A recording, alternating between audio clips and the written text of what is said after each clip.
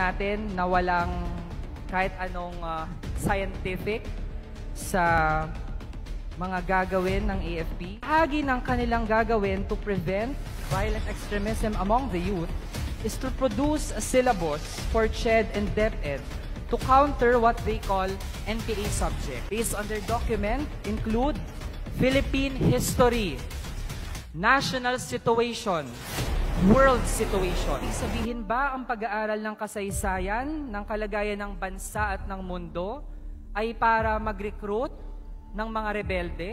Paano ang mga kabataan na gusto nating turuan ng kasaysayan? Paano yung mga kabataang gusto lamang malaman ano ang nangyayari sa bayan natin?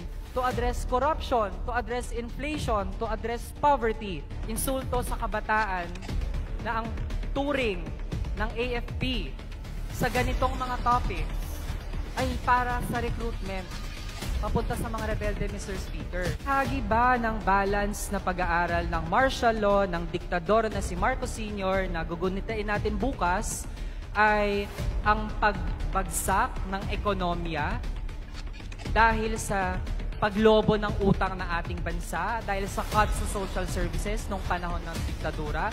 Bahagi po ba nun ang gutom na dinanas ng mga taga-Negros dahil sa famine?